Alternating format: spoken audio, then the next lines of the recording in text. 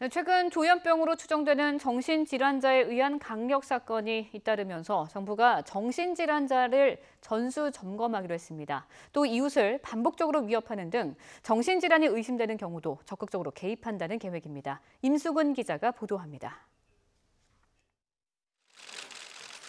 최근 진주와 부산에서 조현병 환자에 의한 강력 사건이 잇따르자 정부가 정신질환자 일제조사에 나서기로 했습니다.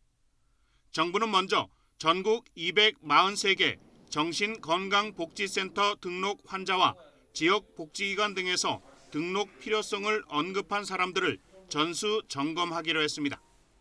2017년 기준 정신건강복지센터에 등록된 질환자는 7만 7천 명입니다. 점검 결과에 따라 이들을 고위험군, 사례관리 비협조자, 사례관리 미흡자, 관리 필요자 등으로 구분해 관리 대책을 마련하기로 했습니다. 또 경찰과 협조해 이달 26일까지 이웃을 반복적으로 위협하는 등 정신질환이 의심되는 사람들을 선별해 적극 개입할 계획입니다.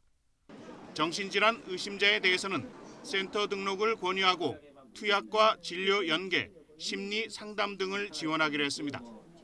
정부는 이 같은 내용을 포함한 정신질환 치료 관리 강화 대책을 다음 주 발표할 예정입니다. 대한신경정신의학회도 중증 정신질환에 대한 국가 책임제를 구현하고 법원이 정신질환자의 입원 여부를 결정하는 사법 입원제도 도입을 촉구했습니다. 치료 감호 대상자라든가 조금 응급 상태에 있는 이런 분들에 대해서는 의료기관 정신보건센터 경찰 119 때로는 의료기관 정신보건센터 경찰 법무부 간의 사각 공조 체계가 구축이 되고 활성화가 돼야 되겠습니다. 의료계에서는 중증 정신질환자도 조기에 집중적인 치료를 받고 치료를 중단하지 않는다면 정신질환의 만성화를 막아 정상적인 생활이 가능하다고 강조했습니다. YTN 임수근입니다.